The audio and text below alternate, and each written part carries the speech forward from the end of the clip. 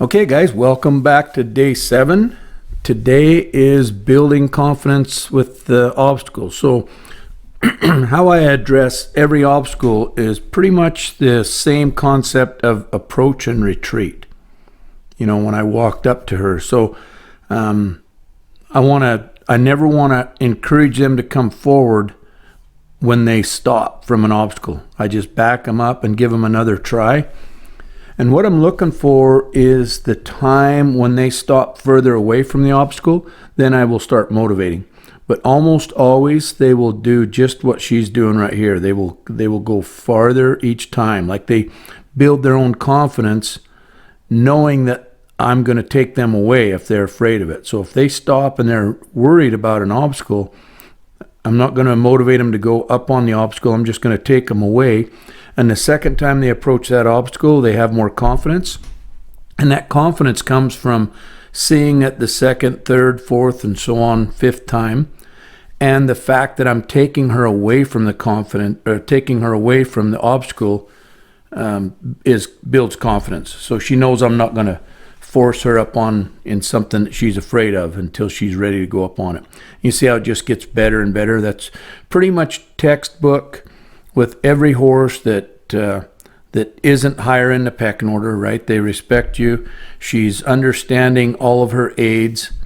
And so I'm just going through each obstacle. And if I run into a troubled area, I'm going to hang out there and just work in patterns until I can get some progression. I'm never in the mindset that I have to complete every obstacle, but I do want to let that obstacle give me some data on what I need to work on. Because, anytime you put your horse, on an obstacle course, on cows, go run a pattern, do anything specific, it really exposes the holes that you have in your training, in your horse. So this is the second approach here. And what I'm watching for, she tried to take her head away from me. And that's what I'm looking for right there. And then she just kind of rushed off. So I'm starting to teach her to stay behind me just a little bit, not to rush ahead of me. So that's, again, a bit of a pecking order lesson right there. A horse that goes past my shoulders, if I allow him to go past my shoulders, then that gives up that I give up my position in the pecking order, and they take over the lead in the pecking order. And you can watch it in the herd all the time. So it's very important that they stay behind me, and I haven't really set that boundary with her too much. She hasn't pushed it. It was just going over that log. She had enough momentum to challenge that. Okay, so now I'm going up to these the tire tower. I love this obstacle because it's really challenging, but it's soft. They step on the outer side of the outer edge of the tire, and it's soft and spongy, so they get some confidence stepping on things like that. And then the inside is filled with dirt and grass, you can see. So all I'm doing here is just asking for 1 foot at a time. Releasing for 1 foot. And really slow ask. It's the same as going in a horse trailer or across any fearful object, a stream, a bridge, a tarp. You never want to pull with your hand. That just creates a tug of war that you're going to lose. There's no way you can win that. They're stronger than you. Even at this size, she can back up and pull way harder than I can forward. So that again is the beginning and the essence of why I use those taps. It becomes an essential part of everything I do. Once you learn to be good with those taps, where you're using them as a communication tool and as a motivator, not as a discipline, right? So I never think of ever disciplining a horse other than just sending them faster. Right? And if they go faster, it's up to them how much I tap them. If I just threaten and they jump away from me, I don't need to tap them. Same as in the herd in the pecking order. So yeah, see, she just put 1 foot up there, and I'm just there we go. I just let her chill for that, and again, just keep backing them away and having another approach at it. The key here is patterns as well, right? When you start making some progression, you can stop anywhere on an obstacle and go somewhere else. You just don't want to quit on an obstacle when you've gone backwards in your progression, right? If they're not going as far up the obstacle as they have gone before. And that comes with experience. If you're not really knowledgeable on how far you can take them, you can see you can build on that, right? Like I could have stopped for 1 foot on there, but you'll kind of learn their patterns. Like once you get them in that willing frame of mind, you want to kind of take them, as far as you can, because if you just ask for the bare minimum all the time, I find we create that in everything we do. We create what's the word I'm looking for? We reward little effort throughout their life, so they become harder to motivate. They become, it's harder to get them to try something.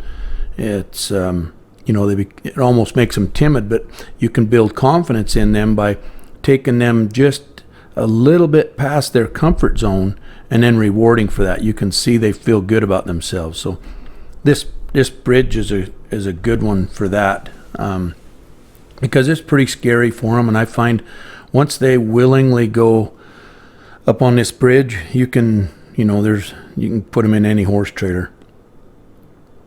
So I just led her up to it to find a place where she quit.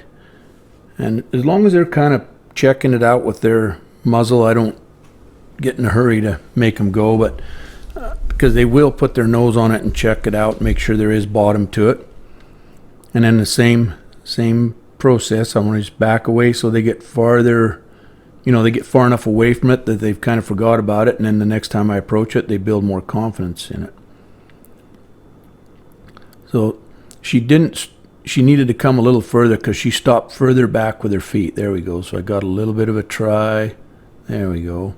So right there was enough. I probably should have backed away right there in hindsight, because it takes a little bit to get on this thing. If not there, then I definitely should have backed up. So little error on my part right there. Got a little too greedy, but I was kind of showing her off because she's been doing so good. But it does take a little bit to get through this, but she ends good. She was just so close on it. So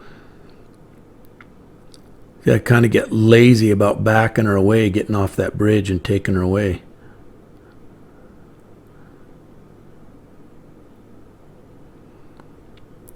And then I just speeded up right there because that was the first time she kind of got worse. Like I couldn't get her back to where I had her before. And that's where I made the mistake, is getting too greedy on that first one. And then once I kind of get to that point again, then I back her away and start building. See how she's kind of saying no? You can see in her front leg, she just kind of says no.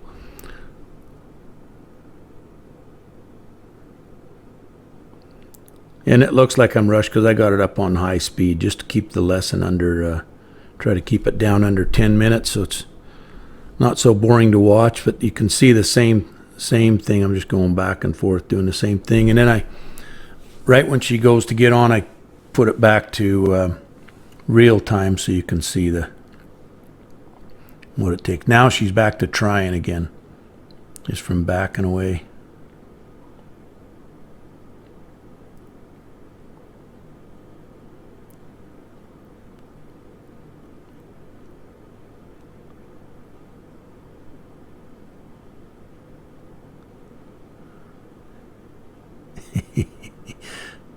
You can see all the releases. Like she started thinking if she put her nose down, I would release on her. So she just started putting her nose down. But you see that big try right there, and that's all I really needed to get. If you get them to step 1 foot on the trailer and give them that big reward, the rest of it's really easy. It's that first step, and I love it.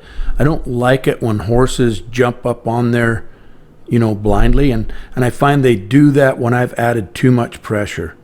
right? So it puts them up into, kind of puts too much force behind putting them up there. I want them to do exactly what she did. I want them to put a foot on it to make sure it's solid enough to hold her. And then I love when they kind of stand up and put their weight on it and check that out. And that's how I want my horse to go over any obstacle in the future when I'm on him. Even in a competition, I would like him to place a foot and feel the bottom, place a foot and feel the bottom. Crossing water, I want the same thing. I never know how deep the water is. I'm just giving her a chance here to sneak down off there. Oh, what a good girl. Holy smokes. I'm falling in love with her. She's going to be fun to work with when she's older. So, yeah, Kelsey had the stock trailer. She'd just been to a barrel race or something. So we just, I'll just load her in that thing first. It's nice and big and open. And then I put them over in a smaller slant haul, like a 3 or 4 horse slant haul with a rear tack. So they got to go up into a narrow alleyway to go up in the trailer. And then if I've got a 2 horse, the old 2 horse straight haul around, sometimes I'll even put them in there. But we don't have one, but sometimes the boarders will have one. So if it's ever hooked up, I'll take advantage of it and use it just to load horses. So it's kind of the same thing, just to be able to have her walk right in with me. And then I'm just I'm going to send her in now here next, but it's she's not broke enough to try this. I was just showing her off, like she don't even really. I only taught her to move off the hand like one day. Such a good girl. Just shows how good-minded she is, how good that breeding is. So anyway, guys, take care, and yeah, we'll see you on day 8 for her last day before we kick her out to pasture.